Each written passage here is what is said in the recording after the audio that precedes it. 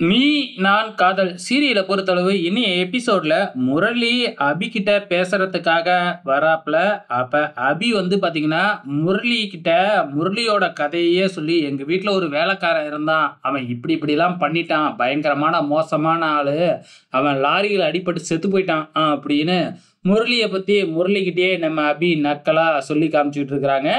அந்த நேரம் பார்த்து கரெக்டா நம்ம ராகவ் அந்த பக்கம் வந்து அபியும் முரளியும் தனியா பேசிக்கிறத பார்த்துட்டு பயங்கர கோவம் வந்து அபிய இழுத்துக்கிட்டு தன்னோட ரூமுக்கு போயிடுறாப்ல. அபி வந்து எப்படியாச்சும் இந்த உண்மைய தாலி பிரிச்சு கோக்குற ஃபங்ஷனுக்கு முன்னாடி ராகவ் கிட்ட சொல்லிடணும் அப்படின்னு முடிவு பண்ணிக்கிட்டாங்க. இப்பயாச்சும் அபிக்கு தோணுச்சு எப்படியாச்சும் உண்மைய சொல்லிடணும் அப்படின்னு சொல்லிட்டு சொல்லிட்டா ரொம்பவுமே நல்லா தான் இருக்கும். ஸோ நம்ம அபியும் வந்து பார்த்தீங்கன்னா உடனடியா ராகவ் கிட்ட நான் உங்ககிட்ட ஒரு உண்மைய சொல்லணும் அப்படின்னு சொல்லி ட்ரை பண்றாங்க. ஆனா ராகவ் இருந்துகிட்டு இல்ல இல்ல நீ சொல்றத எதையும் நான் கேட்கறதா இல்ல அப்படின்னு சொல்லி போய் பெட்ல படுத்து தூங்கிடுறாரு. ஆனா நம்ம அபி சும்மா இல்லாம எப்படியாச்சும் உண்மைய சொல்லியே ஆகணும் அப்படின்னு சொல்லிட்டு உடனே முருகன் சாமி முன்னாடி போயிட்டு பேப்பர் சீட்லாம் எழுதி போட்டு பார்க்குறாங்க. சொல்லலாமா வேணாமா அப்படின்னு சொல்லிட்டு 2 சீட்ல எழுதி போட்டு அந்த சீட்டை எடுத்துக்கிட்டு வந்து நம்ம ராகவ் கைக்கிட்ட வச்சு ராகவ எடுக்க வைக்கிறாங்க. ஆனா ராகவ் தூக்கத்துல இருக்கிறாரு. அவரு எப்படி எடுப்பாரு?